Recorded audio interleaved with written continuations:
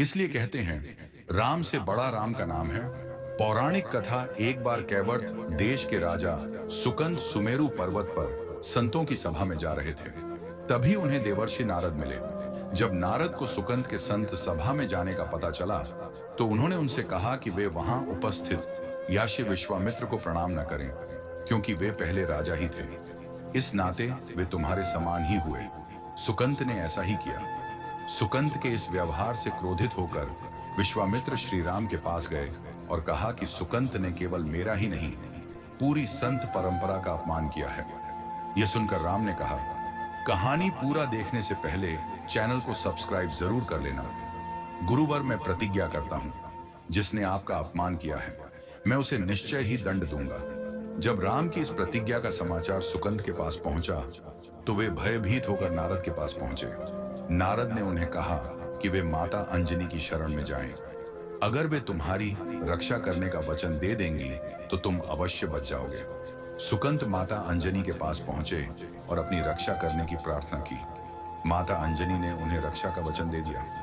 सायंकाल जब हनुमान माता अंजनी के पास आए तो उन्होंने उन्हें सारी बात बताई और अपने वचन देने की बात भी कही। उन्होंने हनुमान से सुकंद की रक्षा करने को कहा। हनुमान ने कहा कि उन्हें श्री राम के चरणों की सौगंध है, वे सुकंद की रक्षा करेंगे। माता अंजनी ने सुकंद को बुलाया। हनुमान ने पूछा, उन्हें कौन दंड देना चाहता है? सुकंद ने कहा, श्री राम ने उन्हें दंडित करने की शपथ ली है। यह सुनकर हनुमान तुरंत भगवान राम के दरबार में पहुंचे और उन्हें सारी बात बताई। साथ ही कहा, प्रभु, मैं आपके चरणों की सौगंध लेकर सुकंद को उसकी रक्षा का वचन दे आया हूं। अब क्या होगा? राम जी ने कहा, ठीक है, तुम अपना वचन निभाओ, मैं अपना वचन निभाऊंगा। हनुमान सुकंद को लेकर एक पर्वत पर पहुंचे। उन्होंने उन्हें राम नाम मंत्र के घेरे में बैठा दिया और राम नाम जपने को कहा। साथ वहीं बैठकर हनुमान भी राम नाम जपने लगे। तभी भगवान राम उन्हें ढूंढते हुए पर्वत शिखर पर आ गए। उन्हें देखते ही भय के मारे राजा सुकंद राम नाम जपना भूल गए। श्री राम ने सुकंद को देखकर उस पर बाण चला दिया, लेकिन वह बाण राम नाम के मंत्र के आगे निष्फल हो गया। राम ने कई बाण चलाए, लेकिन कोई भी बाण राम नाम को भेद नहीं पाया। यह देखकर लक्ष्मण को क्रोध आ गया। उन्हें लगा कि हनुमान के कारण ही प्रभु राम के प्रयास असफल हो रहे हैं, तो उन्होंने हनुमान पर बाण चला दिया। लेकिन यह क्या, बाण लगा तो हनुमान को और मूर्छित हो गए राम।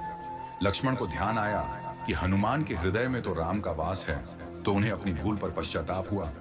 इधर राम को होश आया तो वे हनुमान के पास गए। उन्होंने देखा कि उनके सीने से रक्त बह रहा है। यह देख राम भाव विभोर होकर हनुमान को देखने लगे और आंखें बंद करके उनके सिर पर हाथ फेरने लगे। यह देख हनुमान ने राजा सुकंद को अपनी गोद में बैठा लिया और सुकंद को आगे कर दिया। हनुमान के सिर पर हाथ फेरते हुए राम ने सुकंद के सिर पर हाथ रख दिया।